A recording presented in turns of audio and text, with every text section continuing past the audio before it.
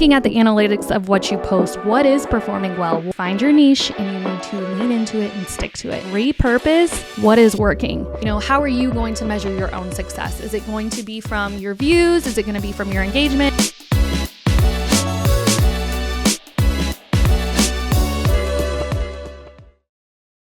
Welcome to Call Her Creator, powered by Stan, where we help creators make money doing what they love. I'm your host, Caitlin Rhodes, and I'm here to teach you the latest Instagram tricks, the best creator tips to help you make money. I'm here to share real life stories and inspiring tips to help you break free from the 9 to 5 so you can be 9 to thrive. In today's episode, we're going to deep dive into the TikTok sensation Alix Earle and the effect that she has had on marketing for these huge brands, how she really is this powerhouse of a woman. And there's just so much we can learn from what she has done and what she has built in the last 3 years of her creator journey. And I can't wait to dive into that. So let's get started. So before we get into today's episode about Alix Earle, I always want to start these episodes off with an Instagram update so that you guys know what's happening over on the Instagram channel. So this week, according to Social Media Today, there has been an update that is being tested where you can basically create a story and share it with your friend in the DMs, and then they can approve it if they want it to show up on their stories. So when I first heard about this update, I was kind of like, this is kind of weird. Like, why would I create a story for my friend's story? I don't know their people. But if we think of this as a business owner or as a creator, what we could really do with this update is there's a lot of power with it. So imagine if you are a UGC creator or an influencer and you create content for this brand and you're able to just share it over to their stories and then they can approve it to share on their stories. That's a perfect way to use this update. Or maybe you're a small business owner and you have a really happy customer or past client and you can get them to share a story about their experience with you and then send it to you, and then you can approve it and add it over to your own story. And that kind of just helps with like the humanization of your brand, the relatability, and helping people to trust what you do and what you have to offer because they're seeing a real life person talk about it and share about it. And then you're able to share it over to your stories. So I'm excited about this update. I do hope that it gets approved for everyone. There's only a few people that they're testing it on right now. I myself do not have it, but if you go to Social Media Today, you can learn more about this update and what they're doing with it. So let's get into today's episode about Alix Earle and the Alix Earle effect. So I spent a lot of time on this subject over the weekend. I mean, I've been following Alix's journey because she's literally everywhere. She is the it girl of TikTok, but really she's taking over the world at this point with her content. So I dove into some YouTube interviews of her with Forbes. I went in, just looked at her profile. What exactly is she posting? And from, just looking at her Instagram posts and her TikTok post, I see a girl that is trying to be relatable with other women, people that are struggling with day-to-day struggles. Yes, of course, she's got this privilege. She's a beautiful blonde girl. But besides that, I do believe that she is sharing helpful information for some of us.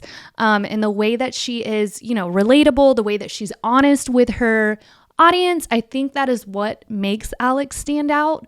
But during her interview with Forbes, that is exactly what she told him. He asked her, what exactly is the Alix Earle brand? And she said, the Alix Earle brand is not being afraid to mess up and not being afraid to show up as a mess. And we all know Alix Earle is a little messy sometimes. I don't know if y'all have seen, her throw up dress in the closet or the roaches in college. I think those are things that, us girls who are in college can probably relate to. I know that I didn't leave a throw up dress in my closet, but those are the things that makes people be like, oh my God, maybe she is a real human after all. And I think that's what helps her community connect with her even more. So Alix said specifically, a lot of creators are uncomfortable being real. So, they make this perfectly curated feed. They've got the best designer photos and, professional photos, designer wear, whatever it is. And they're they're just trying too hard to be this perfect person, where Alix says, if you are to stray away from that, share your losses, share your imperfections, that's where people tend to relate more with you. So, getting at that, she's right. Alix started sharing her journey back when she was a freshman at the University of Miami. This was 3 or 4 years in the making of her posting content before she blew up. And, what really actually started to go viral for her was when she was sharing her struggles with acne. She was doing these videos with filters and, making sure that she had the perfect background. I'm so guilty of doing this. I use filters all the time because I'm uncomfortable in my own skin. But if we think about it, there are more people like us normal people than there are those beautiful, perfect celebrity people. So she really made me kind of stop and think like, wow, maybe I do need to start being a little more honest with my followers. Don't care if my makeup's done perfectly. Who cares if my hair's up? Even today, like my hair is up in a ponytail and I was like, should I record today? But this is what people want. They want the regular, real you. You don't have to be perfectly packaged up. They want raw and authentic and real. So the thing with Alix is that she said, the golden nugget here in the beginning, I'm going to give you all a ton of golden nuggets during this episode, but this first golden nugget is she started sharing her acne struggles. She saw they were performing well. And then she felt, she did feel super uncomfortable when she first started sharing these. She even said in the interview that she had texted her friends and was like, hey, should I delete this? And they kind of encouraged her like, no, girl, keep it up. And what happened is it started performing really well. So of course she was like, okay, maybe the people really do want to see the real me. So this is something that I've done as well, is I will post content and then I'll go back and kind of see how it performs, which is what Alix did. She went kind of out of her comfort zone, which is step number 1 in being a creator, is you always got to step out of your comfort zone. But she stepped out of her comfort zone of this perfect, facade that she was trying to do on there.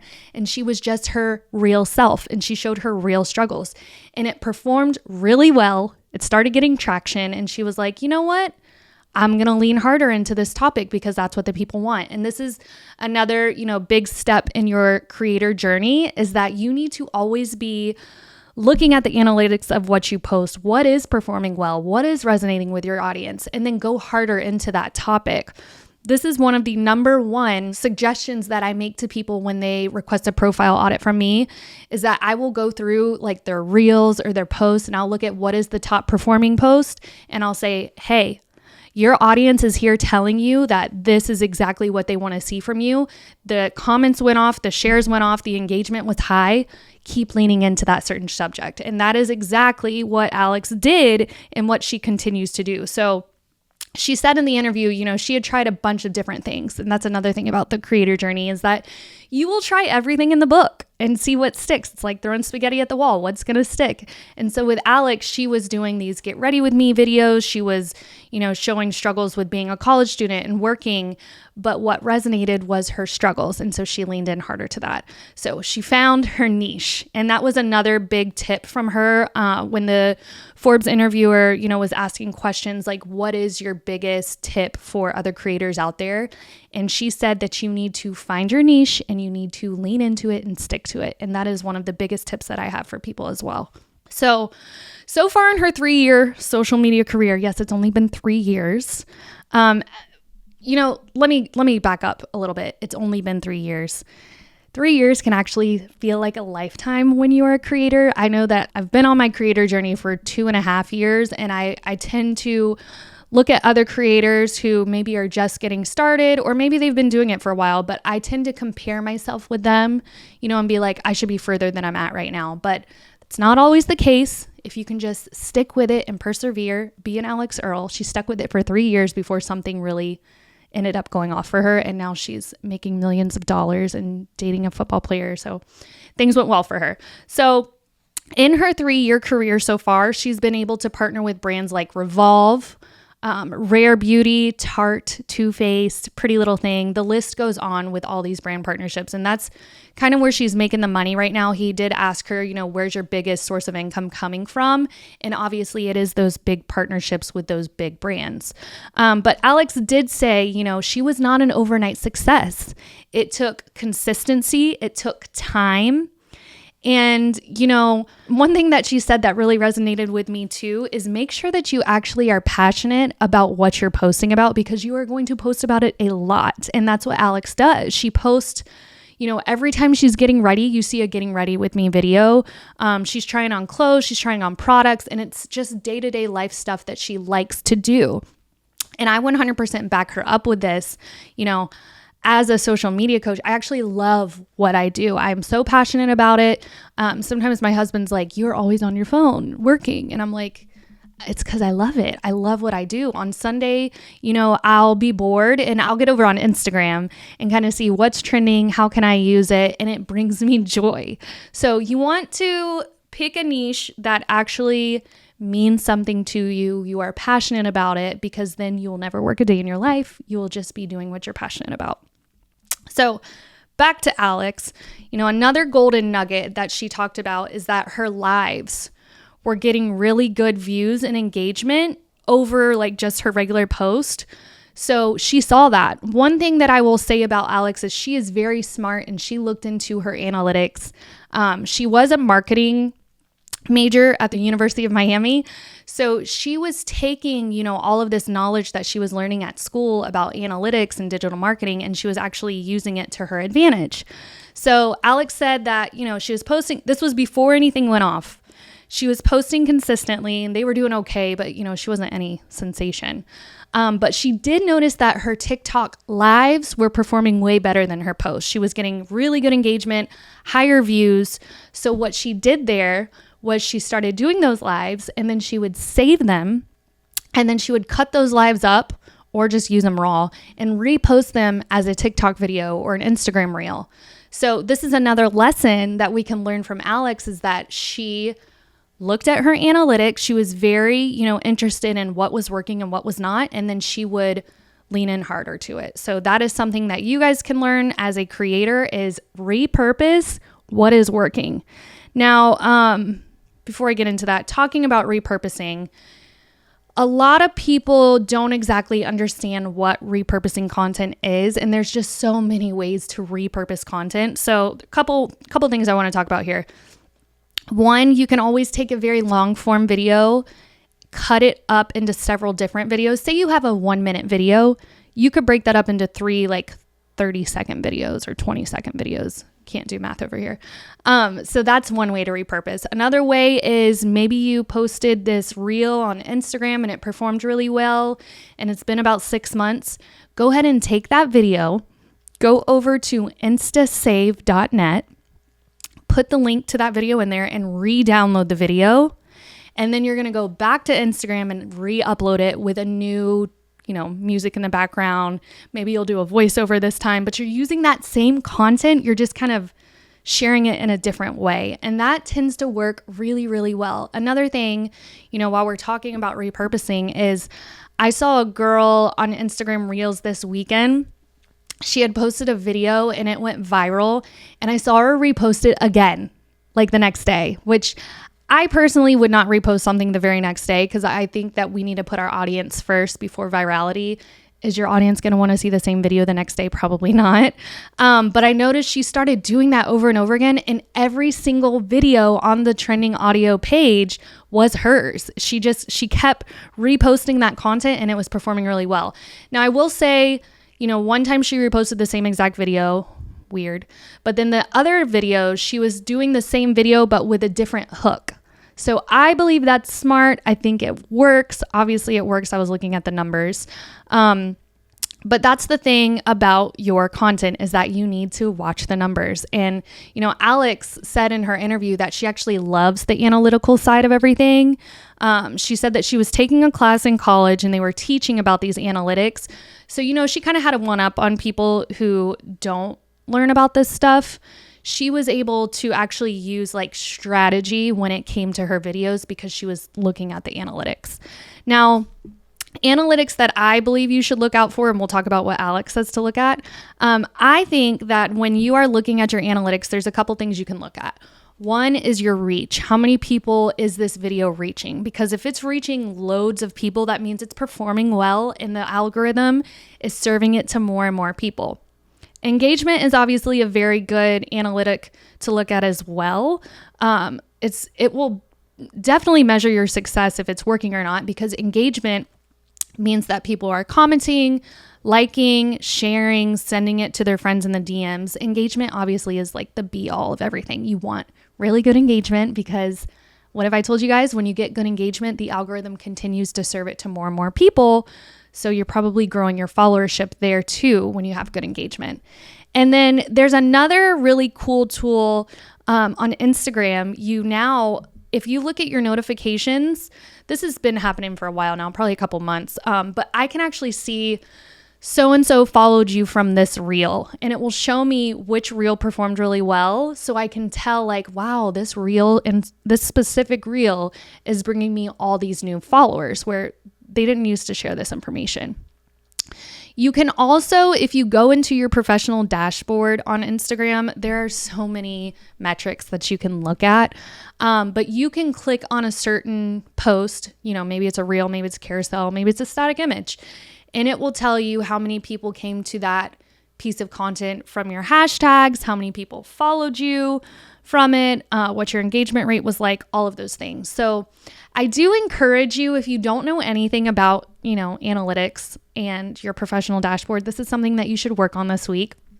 Figure out, how are you going to measure your own success? Is it going to be from your views? Is it going to be from your engagement? Is it going to be from your following? Is it all of the above? Whatever it is, make sure you're checking on those on a monthly basis. Some people do it on a weekly basis. For myself, for my agency, we do it on every 30 days so that we can kind of see what's working, what's not working, and then go the next 30 days kind of putting that into action. So another really great question that they talked about with Alix was, how does she decide what to post and when to post? And I really liked her answer because I can relate to it. Alix does not batch create anything. She does stuff on the fly. Now, this is obviously going to be different if you are a business owner versus a creator, because obviously us creators, we have time to do stuff on the fly, but a business owner probably doesn't have, all this time to create. So batch creating is okay for you. Don't feel like if you do batch creation, it's a bad idea, because it's not. It will save you a lot of time.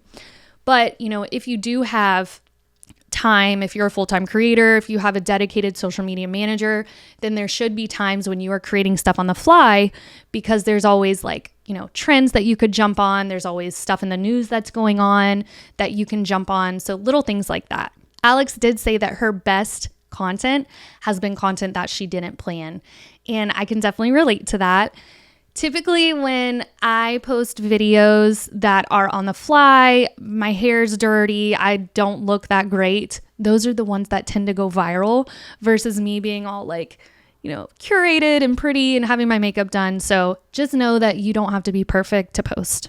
Alix did say that one of her best measures for posting, like what she looks for before she posts, is what time of day it is.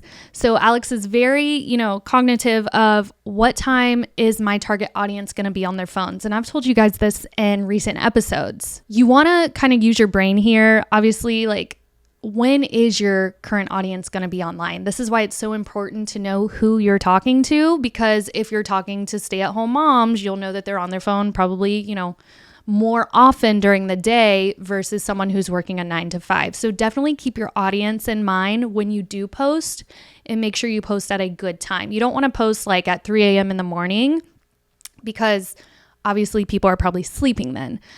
So she said she kind of does early in the morning, maybe midday, or in the evening. And that's kind of when I post as well. Another thing that Alix looks at before she posts is what's trending. So she will go on the For You page for TikTok. She will get on Instagram, and go to the Explore page, and she'll kind of see what's trending audio. If she keeps seeing a same, trend keep popping up on TikTok, she's going to try to do it herself, but with her own flair, which I tell you guys to do all the time. She also says that she is very big on engagement. So this is probably one of the biggest things that people forget to do, is they forget to engage back with their audience. So they'll get all these comments and then they'll just stay silent. And that's not how social media works. So Alix says that she's always looking at her comments. She's always replying. She gets DMs. She'll try to reply to those. If she gets a really good comment, obviously she's going to reply back to that with maybe a video. I know that there is a feature, I'm sure this is a feature on TikTok too. Actually, I've seen it on TikTok too. But with Instagram Reels, if you get like a really good comment and you don't want to just comment back by typing, you can always share that comment and reply as a reel. So what will happen is you'll press reply and it'll say something like reply as reel. And so what will happen is it will pull you over to the Reels functionality, and then it will pull up that comment. And then so your hook kind of will be whatever that comment is, and then you can talk. So that's a really good tip there, is to listen to your audience, engage with them, and make content from their comments. The biggest golden nugget I got from her interviews was that she picks her niche and she sticks with it. She doesn't really, try to go outside of what she's known for, because it's already proven that these people like what she's talking about. So she's just going to keep adding on to it. So believe in yourself, know that success is not going to happen overnight, and make sure that you like what you're posting. So it's not a job, it's more of a passion project. Alix's most recent venture is going to be her podcast, Hot Mess. What she did there is she basically leaned into longer form content after she was posting all this short form content, because when you start nurturing this community, they want to hear more from you. So obviously, like, I'm trying to do the same thing. I've got these Instagram reels, but there's only so much you can say in these videos. So if there is a way for you to nurture your audience even more with maybe a podcast, a YouTube channel, maybe you're adding in Instagram lives or TikTok lives, you need to jump on that opportunity to nurture your customers or your audience, because those are the people that are going to buy from you. Those are the people that are going to refer you to other listeners, to other audiences, to other followers. So making sure that you are nurturing the audience that you have is key to success. I also want to note in here, Alix agreed to, because I've thought this as well. What she says is she kind of perfected a channel, which was TikTok, and then she started spreading herself out more with like Instagram, YouTube, her podcast, all that good stuff. So a piece of advice I want you guys to know is you do not have to be everywhere to make this work for you as a creator. You can kind of lean into something that works well. Maybe you're leaning in really hard to Instagram Reels. And then once you perfect that channel, then you can go, share that over to YouTube Shorts, share that over to TikTok, share it over to Facebook, whatever it is that works for you. Start repurposing that content. And I've kind of done the same. I don't really play over in TikTok. I actually deleted the app a couple of weeks ago because it's just not my focus. My focus is Instagram, but I am repurposing my Reels over to YouTube Shorts, and it's actually working really well.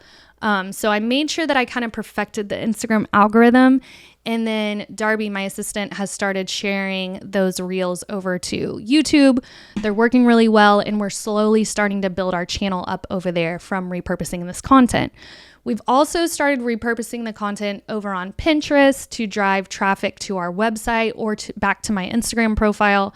And then we have a Facebook group and a Facebook page where we share content over there as well. So repurposing is very, very big within my strategy, and obviously with Alix's as well. So I've got 5 actionable tips that we can learn from Alix Earle and the effect that she's had on businesses and, just going viral everywhere. So I want to walk through those with you guys and teach you something that you can kind of take away today and put it into action after this episode. So the first one we have is play to your strengths. When Alix first started posting on TikTok, she really didn't know what was going to resonate with her audience. So she tried a bunch of different things. She did, the TikTok dances, she did the trends, but she quickly learned that just wasn't for her. So she started to be true to herself and just do these videos of day-to-day life. She's really big on the get ready with me videos. She was sharing like behind the scenes of college and partying and, fashion and all this stuff. And she learned that those videos were performing better than her trying to stay with the trends. So she leaned into that. She played on her strengths, which were behind the scenes, day-to-day content. That worked for her, so she leaned in harder to it. So play to your strengths. That is what will help you be more successful with your content. The next thing that Alix talks about is that she never stops learning and evolving. And, she started posting this content and it was doing okay, but she really started to kind of look at other creators to see what was working for them. And then she played that into, the evolution of her own brand. If she, this is something I read in a book this weekend too, is that you always have to be learning. You always have to be learning and doing. This book that I'm reading, it's called Millionaire Habits. It says that you should be going to 4 seminars a year that are based around your industry so that you can keep learning and keep evolving in your industry so that you're the expert. So, Alix says it, this book says it, we need to never stop evolving, never stop learning, and keep making better content because there's so much information out there. There's no reason to stay stale or stagnant. You need to keep evolving with the times. So Alix does that, and obviously millionaires do that as well. The next tip that Alix gives us is that she wants you to be original. And I can attest to this too. She says that she does get some inspiration from trending audio sounds or trends that she's seeing on TikTok or Instagram. But at the end of the day, she says that she wants to put her own spin on trends. She doesn't follow the rules, she makes her own. And I believe that everyone should follow that. I know that the algorithm is there promoting all of these trends, but as the audience, we don't want to see the same thing over and over again. So take the opportunity with these trends, take that music, but put your own flair to it, put your own emphasis on it, share your personality. There was a trend going on a couple months ago. Actually, it was probably a year ago. And it was like the banging on the wall trend, and people were banging on the wall. And then the other side of the wall was like something, a win in your journey or something, or your business. What I did, because I like to be funny, I want to share my personality, I want to be, I want humor on my page. I was kind of like booty popping on the wall, and that reel went viral because it wasn't just me banging on the wall like everyone else. I was doing my own thing to it. I was being funny. I was sharing my personality. And so that's what you need to do too. You need to lean into these trends, but you need to make them your own. Don't conform to what everyone else is doing. Be you, be authentic. Which, brings me into the next tip with Alix, which is keep it real. And Alix does keep it pretty real. She's pretty authentic. Now, I know, nowadays she's going to these celebrity events, she's on red carpets, and that's not as relatable to, the little people like us, but she's still sharing what's happening. She's not, fluffing it up or making it fake or anything. She's literally showing you like her getting into her Uber or her standing there and seeing celebrities walk by. She's sharing real behind the scenes, day-to-day stuff with us. She's not overproducing anything. She's still being real and true to herself and authentic. And I think that is key as a creator, is that we always need to be authentic and keep it real with ourselves. You have to remember, when Alix was first starting off in her journey, she was, a student in college. She was sharing her struggles about acne. She was talking about, things with school, whatever was going on with school. So she was sharing stuff that all of us could relate to. And I do believe that relatability is really huge in the social media world. This is something I've already been, I've been talking about this whole episode, but just not being that perfectly curated person, but just showing your struggles and your losses. I think that helps you relate more to your audience than trying to be perfect and act like everything is just dandy and rainbows and butterflies. This is actually a mistake I see happening with a lot of influencers, is that they'll start to be real and authentic and, share their losses or their struggles. But then if you watch them kind of, their profile grows, they start wearing these designer clothes and everything just starts to be more curated. They can't post a picture unless it's a beautiful background and a perfect outfit. I mean, there are some people that are intrigued by those kind of posts because we all kind of want that. But at the end of the day, if I saw Alix in sweatpants, telling us how she didn't get this big opportunity that she thought she was going to get, I would relate to her more versus she's at the red carpet in this beautiful glam dress, all glammed up. I win, everything. Yeah, like cool, but that's probably going to make me feel bad about myself and not help me be really relatable to her. So share your struggles, share your losses, be real with your audience. The last tip that I have from Alix, which is a pretty actionable tip that I tell everybody that I work with, is that you need to stay consistent with it. Obviously, her journey was over 3 years before she made it big. And again, we all think that it's going to be overnight success. We all get down when we're not seeing our profiles growing, but you need to stay consistent with it. And, Alix has learned what content resonates with her audience, so she is consistent with it. She's always got to get ready with me video going out, whether it's in the morning or the evening. She's got her lives going out. She is consistent. And if you want, the algorithm to learn who you are and what your posting habits are, and you want the algorithm to deliver your content to more people, you need to be consistent. So if you're just getting started with your creator journey, I do believe that at a minimum, you need to be posting 3 times a week. But if you can handle posting daily, I think that's probably going to be like more of a faster way for you to grow. There's also people out there that are posting multiple times a day. There's a girl that I follow on Instagram. She's almost at 500,000 followers, and she shared her posting schedule. And, she said, I don't think that you need to post so many times a day or a week, but she was on a sprint to get as many followers as possible. So she had that goal in her mind. So with that, she was posting multiple times a day. She was posting 3 times a day. I think now she's kind of slowed it down because she has so many followers, but she made it a point to tell us like, hey, I did not get here by posting 1 or 2 times a week. I got here because I was posting consistently during the day over and over again, getting in front of more people as often as I could. With consistency, that also means engagement too. That means stories. So make sure that you are checking your DMs and you're replying to people. If you don't have the time to do that, hire a VA, hire a social media agency, or maybe even look into ManyChat or some DM automation that will help you answer those questions from your customers. I also encourage you to get on stories often and show your face. Those also don't have to be perfectly curated graphic designs from Canva. They can just be you talking about your day-to-day, maybe share a win, share a loss. I will say I share wins all the time in there because obviously I'm excited and I want people to know what's going on in my life. But when I do share my losses, those tend to get more views and engagement because people are kind of like, hey, I've had a struggle too, or I can relate to this. Keep going. I'm here for you. Those just kind of resonate more with your audience. And then, the comments, make sure you're commenting back to people, liking the comment, reply back with a question so that then they reply back to you with another question, get that conversation going.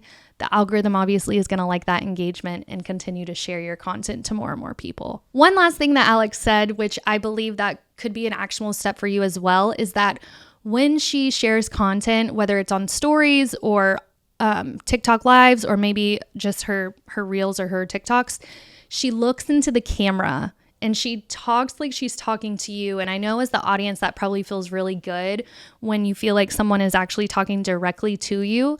So that is something that we should all work on, is when we are, recording this content and talking to our followers, our audience, we need to act like it's them talking to us. This even helps with like your hooks or your captions. Instead of being like, hey guys, it needs to be more something like, hey you, I see you, I know your struggles. You're talking to this one person and not everybody.